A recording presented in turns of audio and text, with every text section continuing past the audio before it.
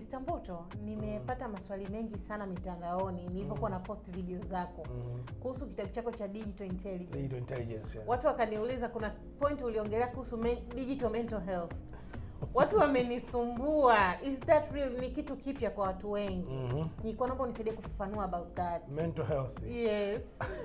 Of course, nadhani njia rahisi ya mimi sio kwanza mtaalamu wa mental health. Lakini najaribu tu kuwaza katika namna ya kawaida kama layman. Yeah. Kwamba unapofanya vitu ambavyo havijazoeleka, sio vitu vya kawaida, viko nje ya pattern. Yeah.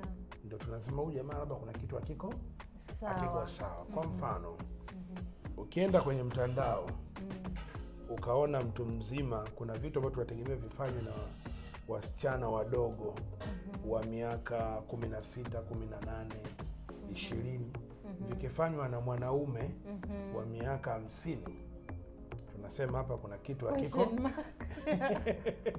Yeah. Kwa sababu kinafanyika kwenye digital space. With digital personality. Sure. Kwa hiyo ndio maana nikaamua kuitem kama hiyo ni digital mental health. Yeah. Yeah, kwa ni kama mental health ambayo wataalamu walionayo, lakini unajua kwenye kila ulimwengu una kanuni zake. Ulimwengu wa kawaida wa physical space kuna taratibu zake. Yeah. Na ulimwengu vile vile wa digital space una kanuni zake.